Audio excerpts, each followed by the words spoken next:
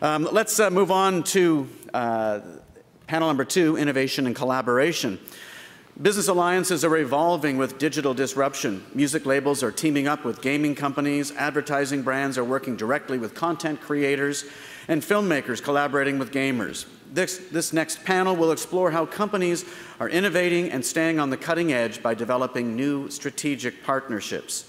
Kate Taylor, a reporter at the Globe and Mail, and an award-winning novelist, I might add, is going to be managing this panel. We will have some time at the end for questions. Again, a reminder, wait till the microphone makes its way to you, so wave your hand if you've got a question. Take it away, Kate. So I'll introduce our panel, starting on our right here with Ian Danzig. Ian Danzig founded Exclaim magazine in 1991, and he says it pays to still have a physical presence on the streets. The music magazine publishes 11 issues a year and distributes 100,000 copies to 2,600 locations across Canada. The company's website and its events arms are now building that audience online and increasing Exclaim as a website. Ian can tell us about partnering with both brands and distributors, including Red Bull and Blue Ant's Ox TV. Next, I'll introduce Raja Khanna from Blue Ant. Raja Khanna is CEO for television and digital at Blue Ant. Blue Ant currently owns the specialty channels Travel and Escape, Byte TV, and Ox TV, as well as 4 commercial-free HD channels. And it recently purchased Cottage Life and the CBC channel Bold. If the revamped Bell Astral deal goes through, Blue Ant will become the largest independent in the specialty sector. Raja is the former CEO of Glassbox TV, and he's also the co-founder of Quick Play Media, Inc., a leader in mobile video delivery platforms, and he still sits on that company's board. He can tell us about the various partnerships with both distributors and brands that Blue Ant is now forging. And next we have Christina Jennings. Christina is, of course, the founder of Shaftesbury Films, one of Canada's leading producers of content for film, television, and digital media. Shaftesbury has produced such recognized series as Regenesis, Murdoch Mysteries, Good Dog, and The Listener, and has sold programming into 120 countries. Today, Christina will tell us especially about the company's digital arm, Smokebox Entertainment, which produces both original web series and convergent content. And last but not least, Nick Depensier is our outlier on the panel. He's a well-noted film director and producer. He produced, I guess he's not recovering, he's still suffering this. He produced Manufactured Landscapes, the documentary about the large-scale work of photographer Ed Bertinsky, and An Act of God, a documentary about the metaphysics of being struck by lightning.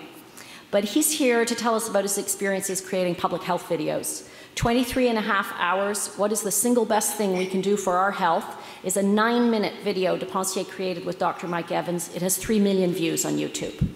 So, to get started, what I'd like to ask everyone to do is to just give us a 1-2-minute summary of what your business is. If you can start this end with Ian and work our way across. Just a very quick summary of what the business is and why you're here. Sure. Exclaim Media has been around for 21 years, as Kate mentioned.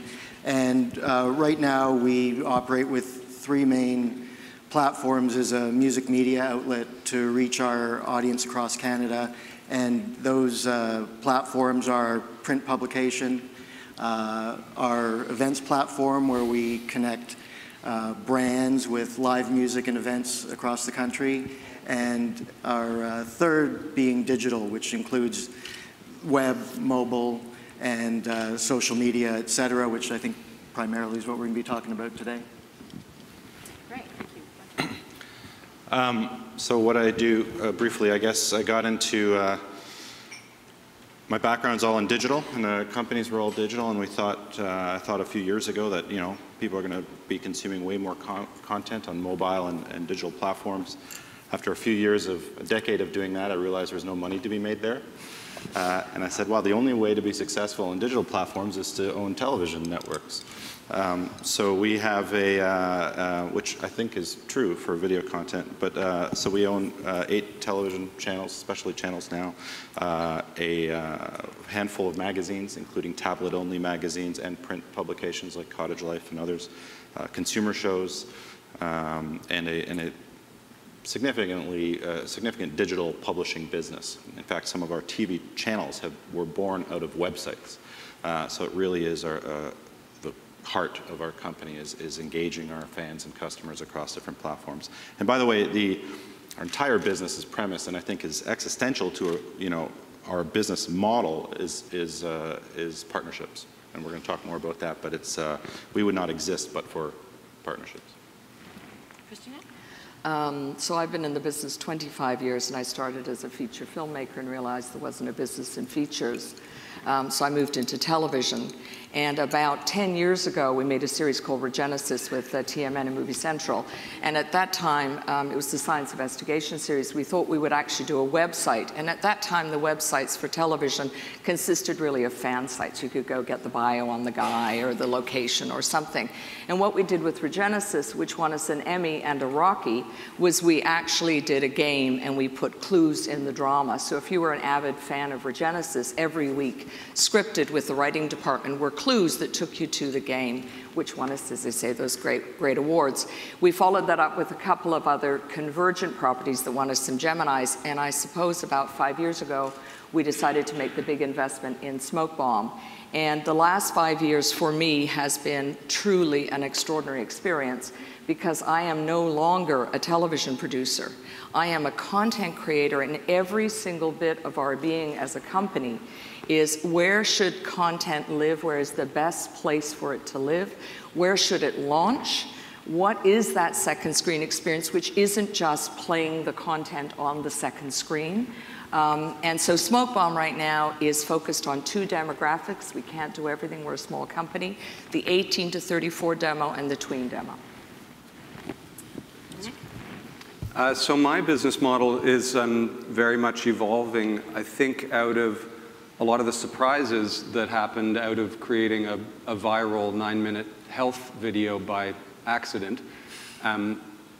The original video was commissioned by St. Michael's Hospital here, and it's a very simple drawn animation message that went peer-to-peer and then country-to-country and is basically spawning a new sort of business opportunity for me and my friend who's a doctor. And one of the big surprises was that I thought once it's out there for free, and especially wide, that's it, it's over. And in fact, the opposite has proven right. It's probably no news to lots of people, the opposite has proven true.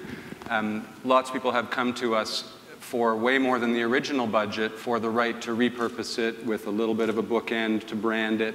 And one thing that we've done, and we're continuing to doing on all the videos that we're doing, is by owning the IP, we're saying, listen, if you're commissioning this in the beginning or if you're helping us as a partner, this is going to have an ongoing life, and we're building this library and finding, new distribution, dissemination pathways which are only going to benefit you if you're interested in this message as a partner along the way.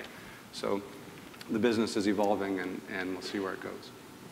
Great, thank you. So our mandate today was to talk especially about partnerships. So I wondered, I thought that Raja and Ian, you're kind of perhaps working on that in the most conventional definition of that term, and you work together. So I thought perhaps you could start by telling us a little bit. I mean, Ian, you're working with Red Bull. You're also working with OxTV. Maybe you can start telling us a little bit about how you find those partners and what they mean to you. I think so. There's 2 very distinct types of relationships. One is with other media companies that we work with, like with Raja. And I think when Ox first launched is when we first met, and Exclaim was developing video content for bands who we were showcasing, and there was an opportunity to work with Ox to get this content not just online but on TV. Through Ox, and I think our relationship kind of went from there, and there's been a number of different projects that we've worked on together. There's one that we worked together with CBC, which is called X3 Artist, where we worked together promoting specific artists across the country. And those types of relationships for me are very different from the client relationships that I have, which is in the music industry. I think this is a very interesting change where there's a number of brands that we work with, where in the past, we would be a place where they would market their wares, so to speak, and buy ad space in print or online. But now these brands are becoming content creators themselves, and probably the three that I work with the most are Red Bull, Scion, and Jägermeister. And all of those brands themselves, they have direct relationships with bands and events, and we've started working with them on a number of their projects, and it's great content, and they're doing great work, and it's really the tables have turned in a lot of ways where an advertiser is coming to us with So the advertiser is content. themselves creating content. Pardon me? The advertiser is themselves creating content. I mean, they become a content and I mean, the creator champion in of their own that right. is, I mean, everybody here can probably think of 3 or 4 examples, is Red Bull. I mean, in sports and music is a smaller platform for them, but they do a lot of stuff, like the Red Bull content that they create. I mean, they've started a part of a company called Red Bull Media House, which is them being the content creators.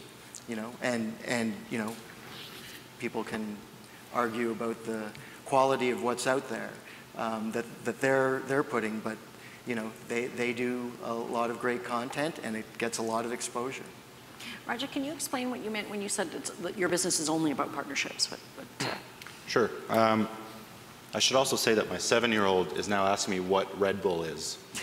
So they're doing something right with that yes. Felix Baumgartner They're jump. a media company.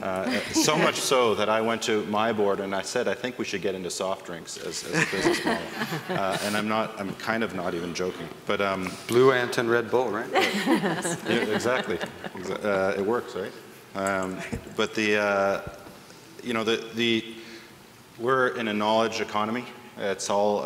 It's not about building widgets and building castles with moats around it and protecting yourself from competitors. In fact, those are the companies I think will fail and fall the hardest. I believe that the future of business is all about building bridges, not moats, connecting with other companies, becoming part of the flow of information and data and content. Which is really a river. So it's not a lake of content, it's a river of content that moves around different screens, different devices, different platforms. So you have to be in the river. You can't be, again, Can with you a give me an motor example of that in your business? Sure. We're not in the business of amassing eyeballs and impressions on our media properties, which is totally counterintuitive. We're a media company. We're in the business of creating great content and amassing viewers and eyeballs of that content. It's an easy thing to say. Lots of people have been saying it for a long time. But for us, it's fundamental. My business model doesn't care whether you watch my content on my website or my TV channel or somewhere, or in a different country on a different channel, or on Facebook or on YouTube. We're building it, our business through partnerships, building a distribution network for our content. We look at our channels, our owned channels, as just one of the spigots on that thing, one of the spokes in the wheel of how we distribute our content. You know, Rogers and Shaw and Bell are distributor partners on that side, but you know, Google, YouTube, Yahoo, AOL are partners on the other side.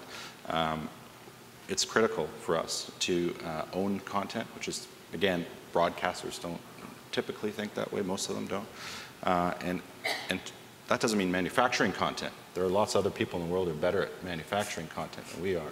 It means controlling rights and the ability to do this and to build this distribution network. So again, my business plan, first thing that I have to do is build partnerships. It doesn't work. I can't compete with Rogers, Bell, and Shaw by trying to build a bigger, you know, mousetrap. It doesn't work.